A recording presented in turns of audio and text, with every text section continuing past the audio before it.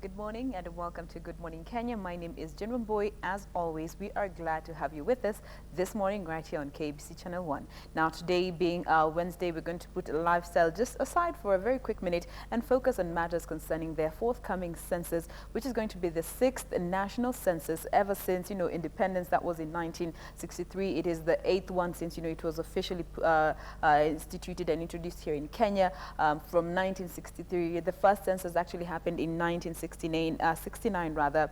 There are only 10 million Kenyans, 10.9 million Kenyans that were counted at that time. Fast forward up until the last census that we had in 2009, 38.6 million people were counted.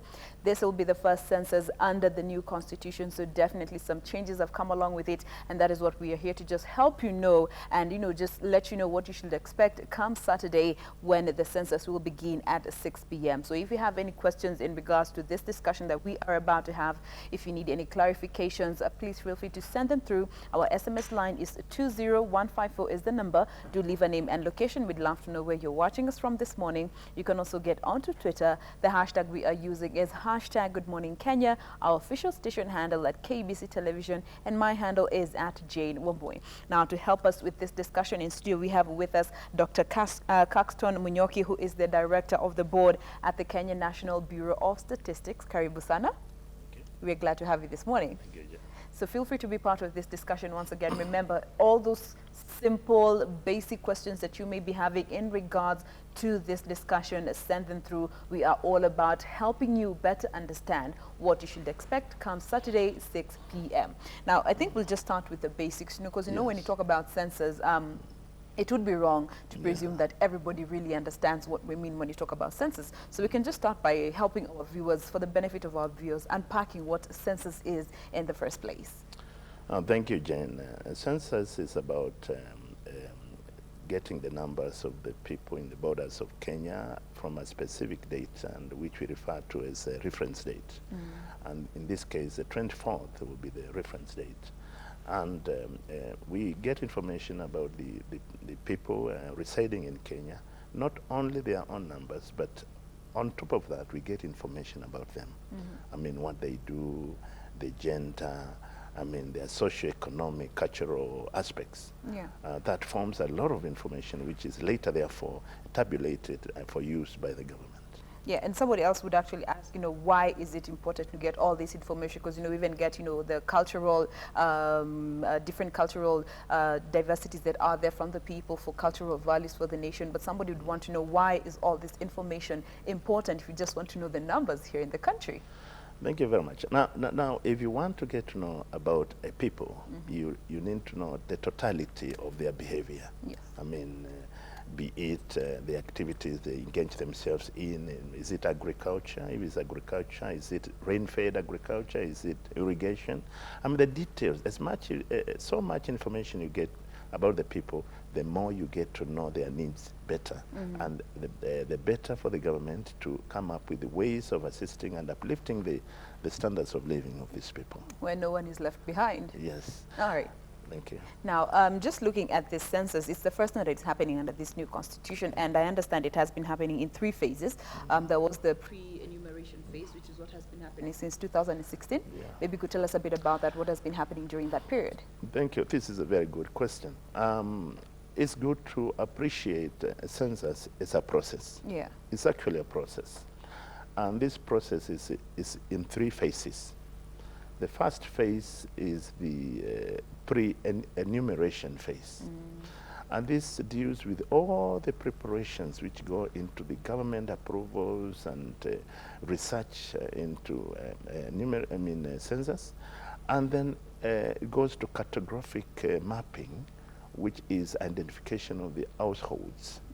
And then across the country? Across the country. Okay. We look at all the households across the country. So we get to know exactly the location, how to access them, where they are they actually permanent or they are temporary.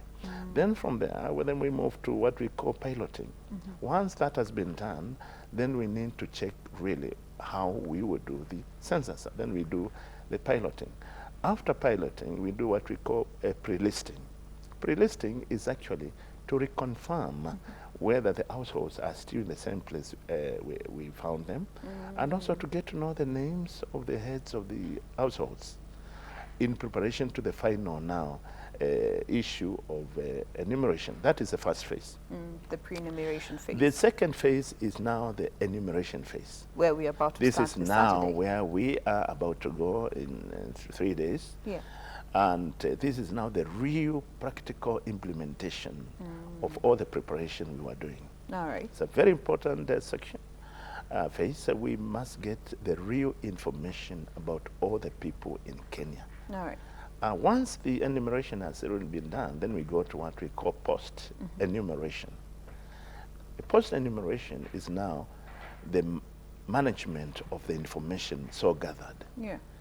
We need therefore now to gather the information, compile information, tabulate information, interpret, and therefore eventually disseminate the information. And share it with the public. And share with the public. Those are the three very important phases. And therefore it's very important for people to know that census is not a one-off issue. Yeah. We started in 2016 to do the cartographic mapping. For something that will happen in 2019. Well, 2019. This shows a level of preparedness. On top of that, we had to do a lot of research on the type of method we were going to use. Yes. And that's how we came up with the digital technology of getting smartphones to make the census a paperless census.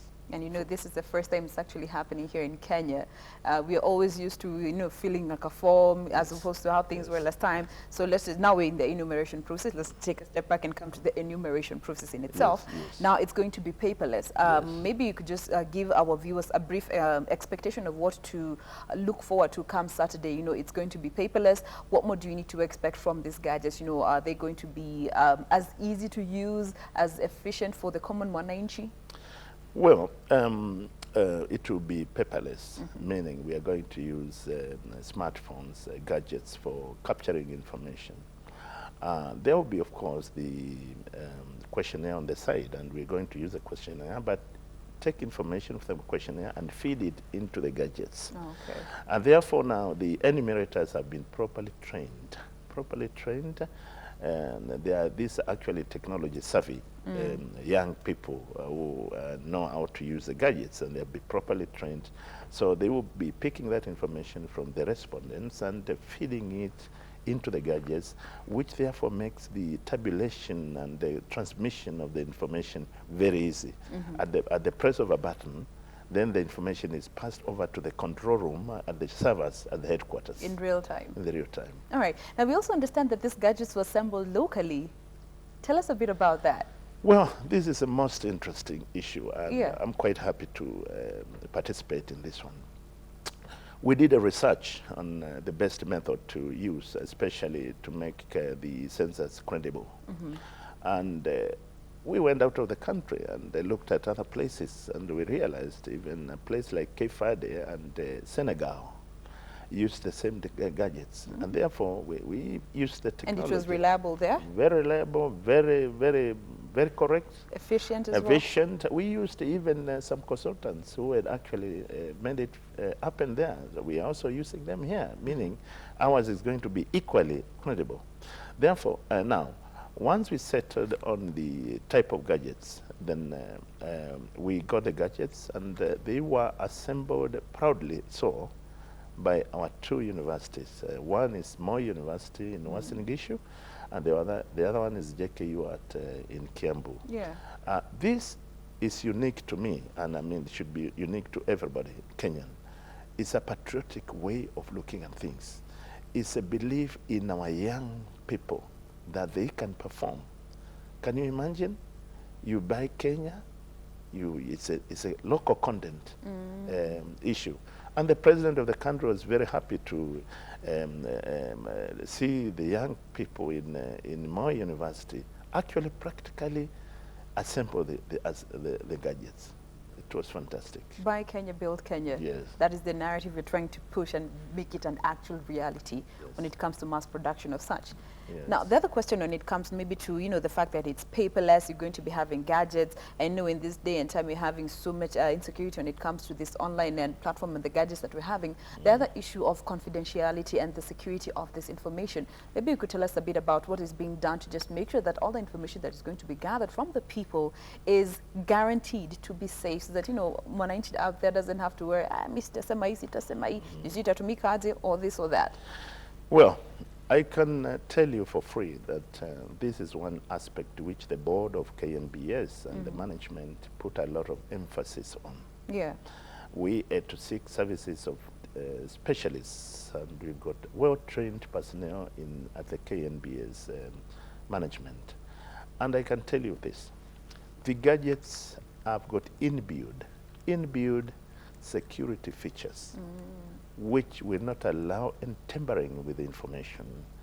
And on top of that, even on the transmission of the information to the servers, we've done what we call security consideration and covered.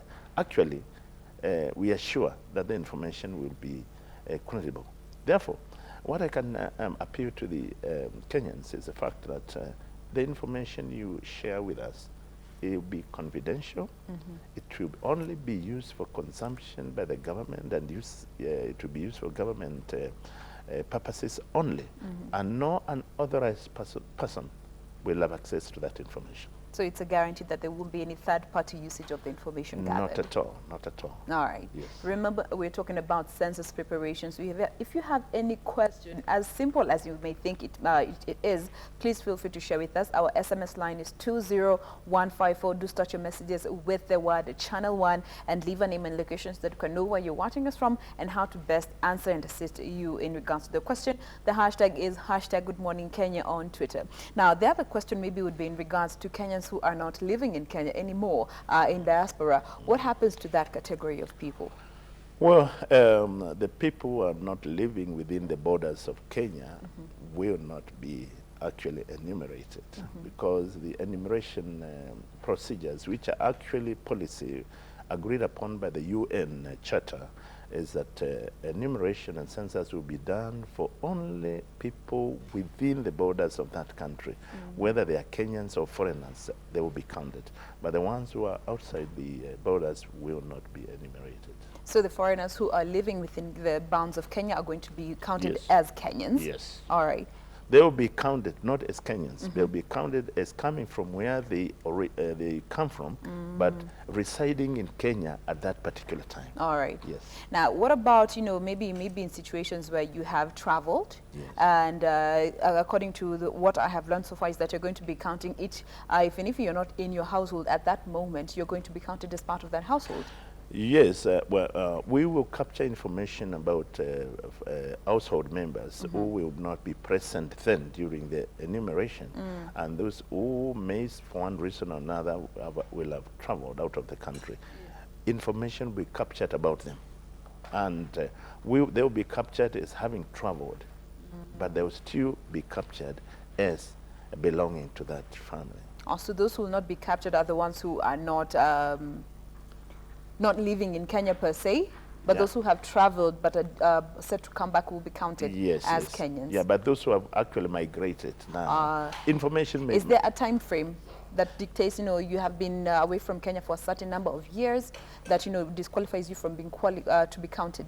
You will have established your status anyway, so we go by the status. Okay. If the status is one of immigration, having to stay out for quite a while, then you are actually not going to be counted. But if you're just out of a place within a few days, then we know you travel. I mean, a certain section will be put for that, for purposes of tabulation. All right. Yeah. So those who have immigrated will not be counted, but if a member of your family has traveled, they will be counted as a Kenyan the process. Now, we understand the process is going to be starting at around 6 p.m. on Saturday. Yes. And it's evening, and of course people have concerns in regards to security. Yes. Number one, how will you know that this is a representative and enumerator from the Kenya National Bureau of Statistics that have come to be part of the census? Well, every official enumerator from KNBS will have an ID card and will have an identification to show exactly that they are actually enumerators from KNBS. Yes. On top of that, they will be, and like you know, we recruited them from the localities from which they origin. Therefore, this will be known by the local people because we recruited from as nearest as possible from where they come from. So for maybe constituency, enumerators are from that constituency. It will be known if it's from this county or the sub-county or the ward, then you will know this person. On top of that, they will be escorted by village elders. And I can tell you, even Nairobi, they are village elders. They'll be escorted by village elders or group leaders of settlements. And where need be, even the security, so that Kenyans should feel secure, and the government has put in place all the necessary security measures to make sure no unauthorized person takes advantage of this serious exercise. Therefore, I urge Kenyans to feel free. Of course, if they see any case of suspicion, they can report this one to the nearest police. Yeah, it's a normal security measure. But our team and the county government and the national government will be up to assist in security measures. All right. Yes. Now, just to take you back in regards to now during the pre-enumeration area, I understand there were also enumeration areas that were sort of identified. Is that how the enumerators are going to be operating within a certain set bound of enumerated area? Yeah, during the mapping, cartographic mapping, and the pre-listing, identification of the enumeration areas was done. Therefore, the enumerators will be distributed along the same format of the mapping. Therefore, not just randomly. No. We just can't do it. Here we are preaching precision. So we are going by precision. So we're going to use the mapping and take the enumerators specifically to specific areas. Yeah. All right. Now, so they start at 6 p.m. come Saturday. How long is it estimated that they're going to be taking in each and every household? Well, depending on the number of questions. Thank you very much. It depends on the size of the household in the first place. And again, also depends on the literacy rate. Because, you know, of course, if you know, literacy you go to a place, levels, then it will be quick to answer. But we are estimating between 20 and 30 minutes, you know, tops, and they will be done.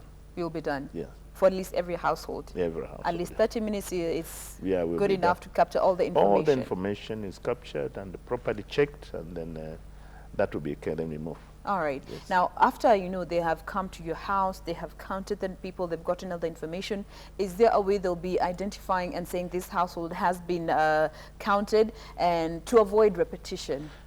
Yes. Of course, logically, we wouldn't do enumeration in a household and then let another person come and do the same, because it would be actually counterproductive. Yeah. So measures have been put in place where a very pronounced identification in the form of indelitable ink will be put on the doors, or a particular card will be given to the head of the household to show that that has been done. But again, let me tell you how important our gadgets are. Yes. Our gadgets are selective. They know the households. So you cannot actually, once enumeration has been done in one household, no other gadget will come and do the same in that household. Capture the same information. That is how technology works. That's such a fantastic idea. Yeah. All right. Now, after every house has been identified, moving on to the next, when it comes to now getting the different information about people, and this is something that, you know, has started quite the conversation on social media, mainstream media, and even across the continent and the world in regards to having a third gender marker here in Kenya. It's the first time it's happening, aside from, you know, female, male. We'll be having the intersex gender being identified for the first time. Yes. Maybe you could tell us a bit about, you know, the background towards coming up with this idea to incorporate this different category. Well, I think the government of Kenya is just being realistic. Yeah. I mean, this is not anything new in the world. We know it's happening all over the world, and I mean, the government of Kenya just accepted the fact that there are those who want to identify themselves with that kind of group. But let me make a correction here. From the standpoint of KNBS and the government, the issue is we are not going into the philosophy of intersex, or why people decide to do that or why not. We are just going simply to enumerate them. We want to know how many they are, where they are, their ages, and such information. Because the government will require this information to help them. It's a group. I mean, it's a group of interest. The government may want to know how many they are, what kind of facilities do they require. It's their own right, and it's a human right decision. So we're not going to the issues of why not, or why they decide, or why other people should do it. But the reality is that now, Kenya, the first country in Africa to realize that, give people their own way. Yeah. And I think that is the position. And you know, this also goes out to all the parents out there who may be having children who are intersex. And when you talk about intersex, that means, you know, they could be having both reproductive organs, or could be having, you know, hormonal imbalances in regards to gender categories. Feel free to just be open and let your child or person that you know be counted in regards to this. You know, this is a very bold move for Kenya. Now, what does this even reflect, you know, in terms of breaking the stereotypes across the continent and the world as a whole, in terms of Kenya just stepping up to embrace a reality that is happening? I'm sure other countries will be following suit. Yeah. Because Kenya is just proving to be a leading country in accepting reality as it is, and especially taking cognizance of the fact that every group of people have their own value, and they should be taken care of. So I think it is just a reality that the government decided to to enumerate the group.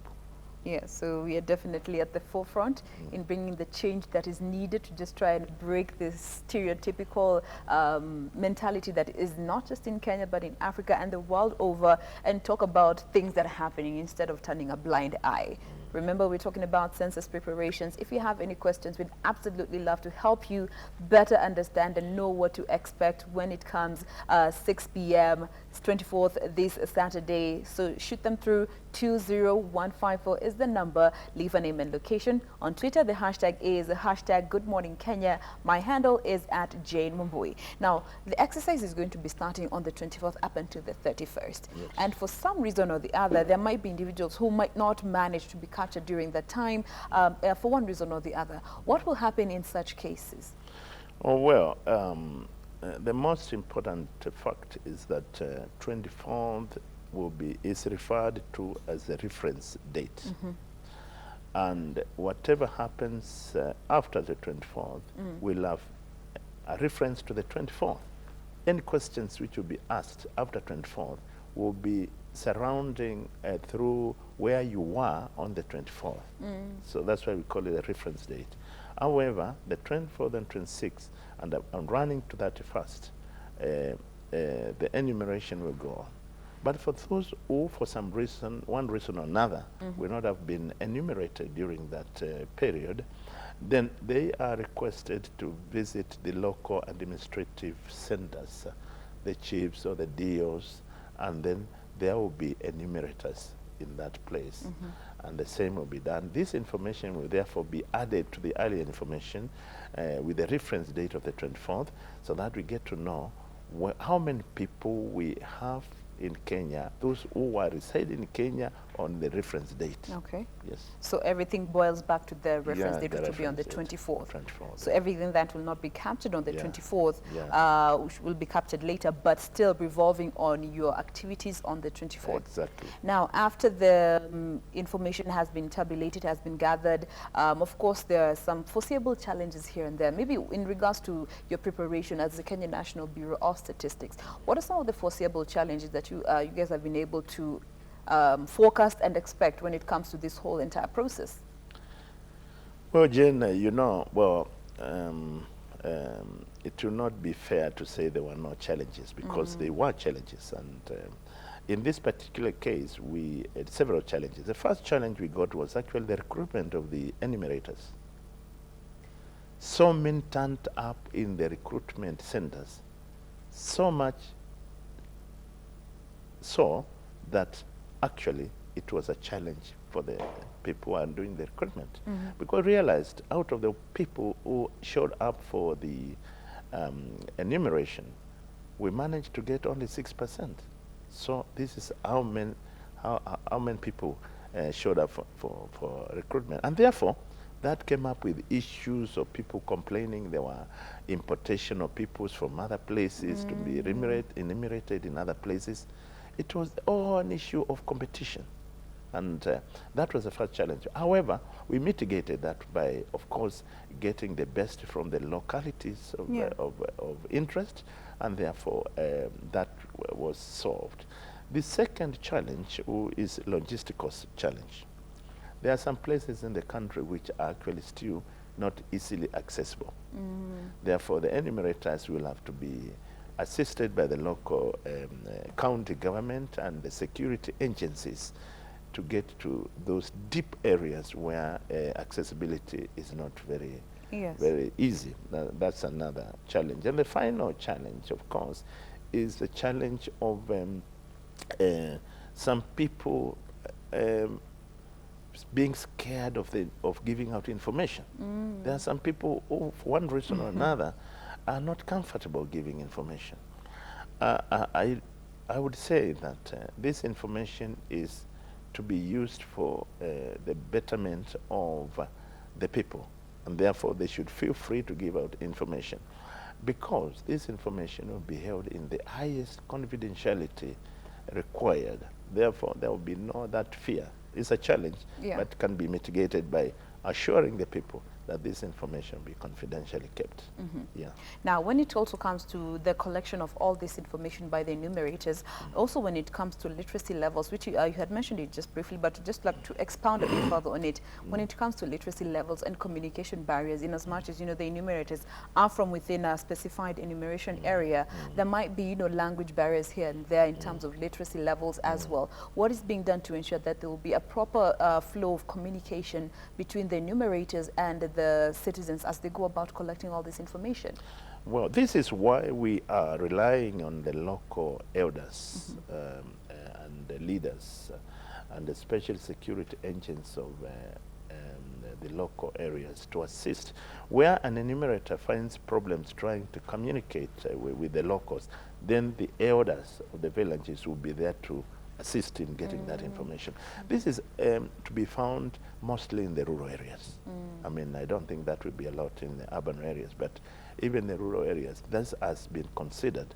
The enumerators have been asked not to leave any household uncounted because of the barrier of communication. They have to call for support, because they will have supervisors anyway who will be hovering around, and they can be called very quickly to come in and solve a problem.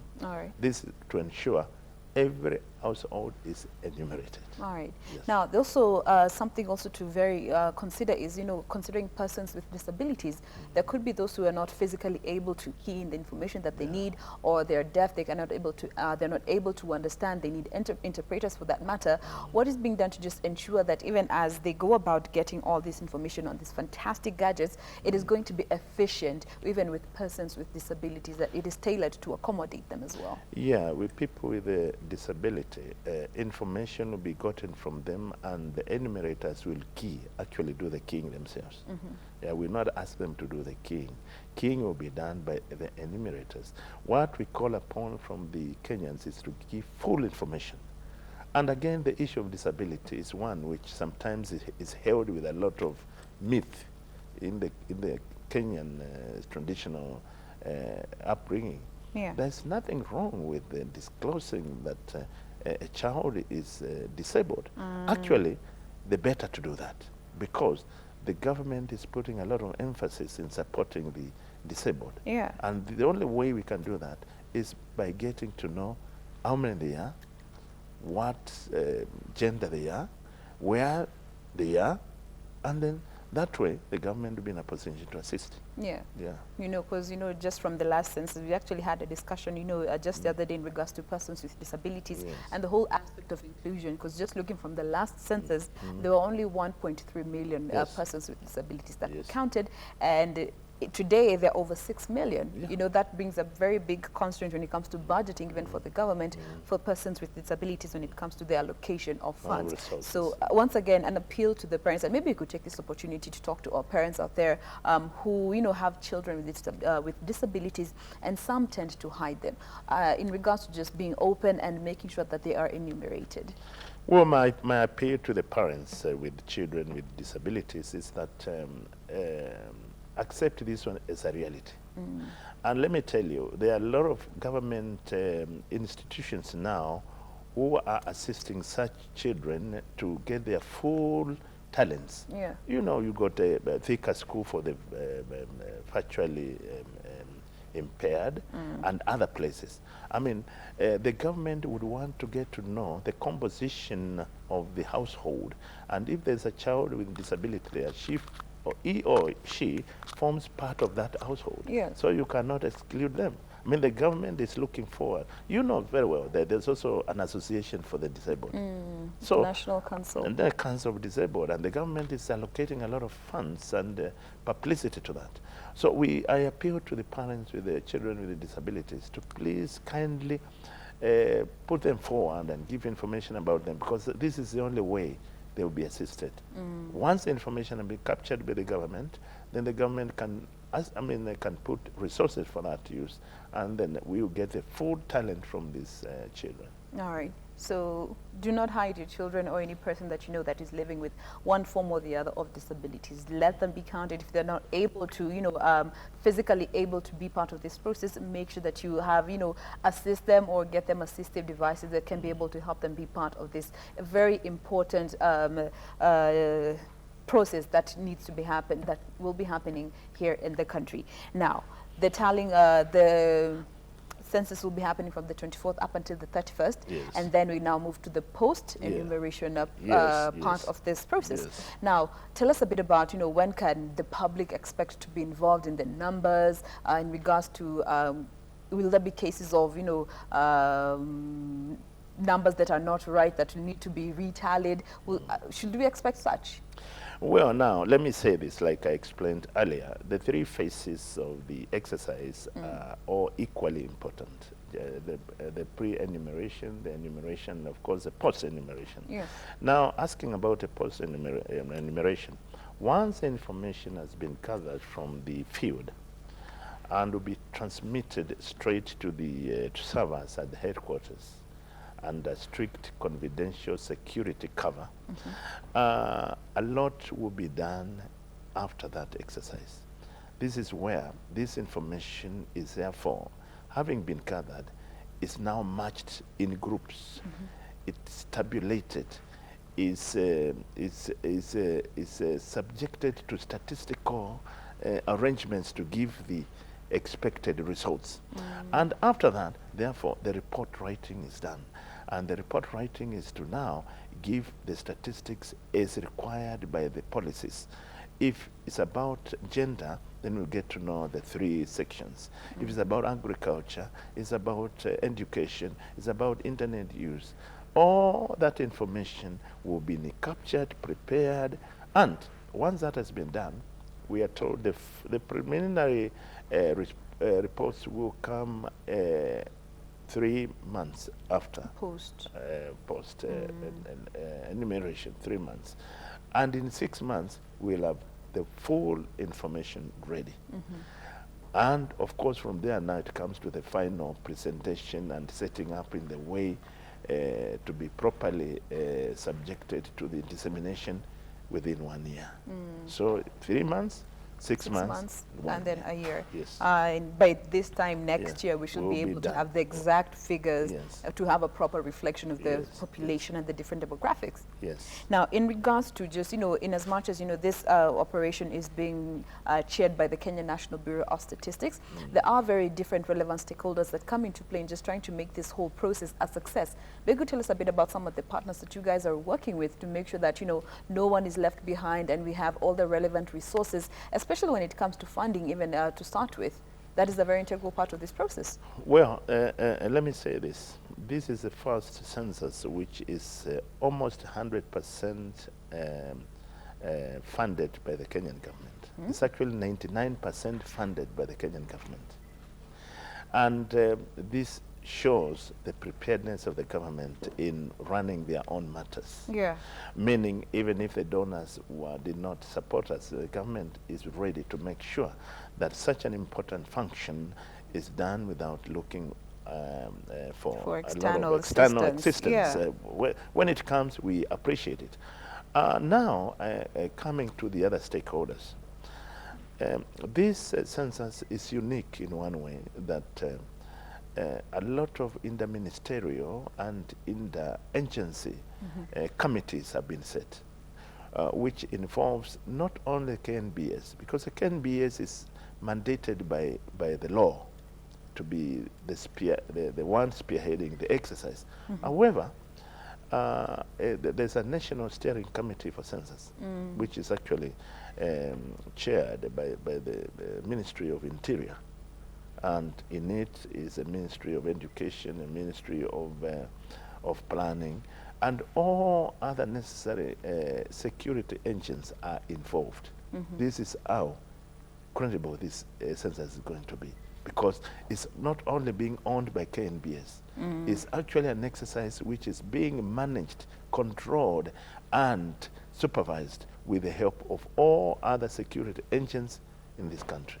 Yes. Yeah. And also these different stakeholders will be just trying to play that oversight role. Exactly. Or when it comes to the whole process. Now remember, our SMS line is 20154. Do leave a name and location. We'd love to know where you're watching us from as you share with us your questions or any clarifications that you may be needing. Remember, as simple as they may be, whether we have touched on it or not, and if you need any clarifications, send them through. The hashtag also to use on Twitter is hashtag Good Morning Kenya. Let me just read one message that we have here. They're asking, what will happen to wale wame travel kikazi and their family is in Nairobi and kids have gone to visit grandmother? In regards to people who have traveled within the country, maybe you could just clarify on that once more. Well, traveling within the country will not be a big problem, because those who have traveled up country will be enumerated up country. And the children who may have been left behind then will be enumerated at the place they are. All right. So the issue, and I can tell you for free, from the standpoint of Kenya National Bureau of Statistics, the actual correct number of people in Kenya is the most important thing.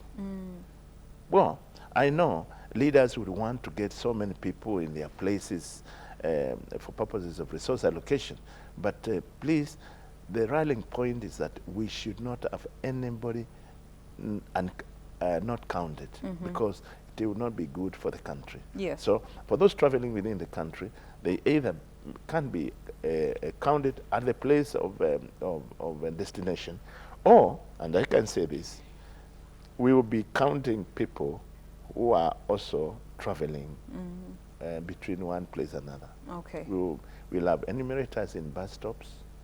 Yeah, we'll count the ones who are on transit traveling, and even the ones in launchings and the ones in hotels and in prisons. I mean, anywhere where a Kenyan will be, They will be there will counted. be an enumerator to count them. All right. Yes. Somebody else here is asking, how many days will the whole process take? Well, it's meant to take between 24 and that fast. That's ideally. But I had said after that, those special cases then may report to the local administration. All right. keep sending those questions in. Hashtag Good Morning Kenya on Twitter. 20154 is the number on our SMS line. Do leave a name and location. And somebody else here, please leave your name. I'd love to read your message and address you by your name. So please leave a name. Somebody else is asking how many enumerators will be coming to each household. Well, let me start by saying the total number of enumerators countrywide are 164,000.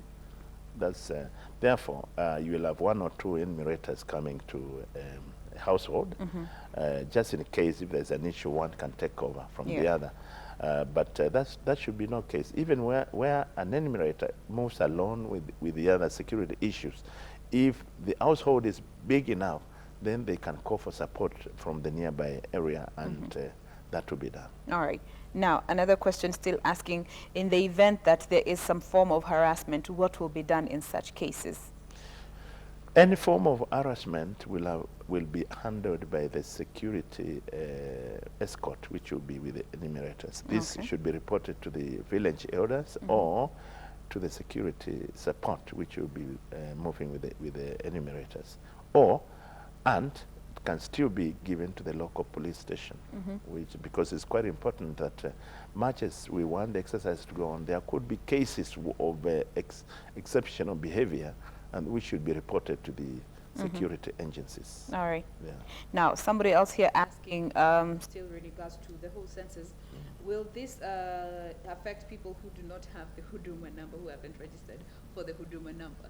Not at all. I mean, people should get to understand Huduma number and census are 2 different issues. I mean, census is one which has got specified time. Huduma may flow for some time depending on the government intention, but both of them are quite important for this country. I mean, the government will not invest in an activity which will not be important for the country.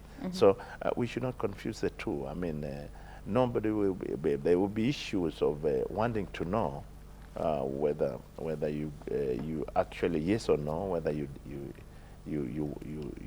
went for Huduma registration. But that doesn't stop you from actually being enumerated. All right. Yeah. Now, another question that, I had gotten from somebody who we were interacting with before we went on air is about expectant mothers. Yeah. How will that go? Will the unborn child be counted as part of the population, or how will that go? What will happen in such a scenario? This is one of the most interesting questions. Yes. Anyway, the fact is this, the unborn child is not actually born. Yes. And therefore they cannot be counted, because you wouldn't know. It would be difficult to get to know what sex they will be in the first place. Number 2, the mother will be counted as expectant. That is enough. I mean, once expectant, then that can be projected later. That expectant mother may give birth to a Kenyan. But there's nowhere in the world where counting has been done of unborn children. But it will be noted that they are expectant. To be noted so that we can project and say another Kenyan is 6 coming. months or 7 months to come, there will be another Kenyan. All right. Yeah. Now, remember, we're talking about the whole aspect of census preparation. It will be starting this Saturday at 6 p.m. All over the country. There are about 164,000 enumerators and supervisors that have already been equipped and prepared for this process. It's going to be running from the 24th up until the 31st, so make sure that you are counted. And just as you have heard from the director here, he said, there will be an enumerator everywhere, even at bus stops, at hotels, at clubs. If you'll be out there watching a game, if you have been in transit, there will be an enumerator across any given point to just make sure that every Kenyan is counted. Whether any member of your family has traveled out of the country and they're set to come back, yes, they will be counted as members of that household. And you don't have to worry about cases of repetition in case of, if you were counted back at home in absentia and you're elsewhere. Once you are tabulated as part of that household, it will reflect, because this information is real time. Yes. So there shouldn't be any issues to you should worry about repetition. Yes. All right. Now, in terms of just encouraging our Kenyans to just not be afraid of this process, we are afraid of the unknown, which is nobody's fault. In terms of just encouraging them to, open your doors to the enumerators. They will be identifying themselves. What would you like to tell? Just send a message of hope to the Kenyans and just set their minds at ease in regards to this whole process? Yes, what I would want to assure the Kenyans is that publicity has been done enough about the impending census. And this publicity in the TVs and radios and everywhere, in barazas and everywhere. So everybody knows there will be a census on the 24th running to the 31st. Now, what I want to assure the Kenyans is that the fear of the unknown should not spoil this important exercise. Yes. And the fact that the government has really taken all steps to ensure that security will be beefed up in all the parts of the country in order to make this exercise a success should be taken seriously by them. None else but than the president of this country reassured people, Kenyans, when he was actually launching the census at KICC, that security will be beefed up, and therefore Kenyans should come up prepared to welcome the enumerators in their houses for purposes of making sure this exercise is a success. All right. Yeah. Now, before we get to bring the conversation to a close, another aspect is in regards to citizens with a dual citizenship. Yes. What will happen in such cases? Well, there will be a section of indicating the same. So this is allowed by Constitution, you know that. Yes. And therefore, if it's allowed by Constitution, therefore the same information will be captured in the census to show, and that will be just confirming because the government has got the same information anyway in the Department of Immigration. So that would be just for purposes of confirmation that this person has got dual citizenship. All right, so you don't have to worry if you have dual citizenship. It is known, but it will just be taken again just for purposes of confirmation. You know, just to take you back in regards to this whole census process, this is the first time it's happening under the new constitution, or the 2010 constitution. It is the 6th national census that will be happening since independence. And just looking at the population, the number that was counted in 1969, there are only 10.9 million Kenyans that were counted. In 1979, there was 15.3 million people that were counted. 89 rather, 21.4 million Kenyans were counted. 1999, 28.7 million people. 2009, the population was at 38.6 million. And right now, the population has grown to at least over 10 more million people. But we'll be getting the exact figures. By this time next year, we'll be having an exact figure. Remember, the results, the preliminary reports will be released after 3 months, then 6 months, and in a year's time, we'll be having the real, the actual numbers. It's the first time we're having a paperless census. That is definitely a step in the right direction, which were assembled in Kenya. Fantastic way of just encouraging our youth, because, you know, it was the younger people who actually took part in this. Yes. The Moi University and the JKUAT students as well. It is also the first time we're going to be having a third gender marker. Aside from the male and the female, we'll also be having the intersex gender being acknowledged. The first time in Kenya, first time in Africa, and first time in the world. So we are definitely at the forefront in championing for these things that are happening that we're just choosing to turn a blind eye to. The whole process is being coordinated by the Kenya National Bureau of Statistics. There are about 165,000 enumerators and supervisors that have already been trained and spread across the country to make sure that the process is very smooth. Yes. And they're very reliable. There will also be security personnel escorting them, yes. Escorting them to just make sure that you are safe and they are safe as well. The process is estimated to take at least 30 minutes in every household, depending on the number of people that will be in that house. Let me see, what else? We do hope to actually get the figures this time, and that is what the government needs to just ensure proper planning and allocation of funds, because we always have challenges when it comes to the allocation of funds. Different constituencies, you know, getting different amounts, but we don't really know the exact number of people. You know, just a very good example is, you know, persons with disabilities. In 2009, there were 1.3 million, and just the other day we were having a conversation. You know, the National Council for Persons with Disabilities state that there are over 6 million persons living with disabilities, yet the government only knows 1.3 million. So in other words, you know, we also need to come up and just help ourselves and help the government help us at the end of the day. We will be having more of these conversations as we proceed on with the week. Tomorrow we'll be revisiting this conversation about census to just help you better understand what to expect come Saturday as well as Friday. We'll be having more discussions in regards to the whole census preparation process. Well, we have been speaking with the director of the board of the Kenya National Bureau of Statistics, Dr. Caxton Munyoki. Thank you very much for being with us this morning. We absolutely appreciate that you made time to be with us. Thank you. Any parting shots to our viewers?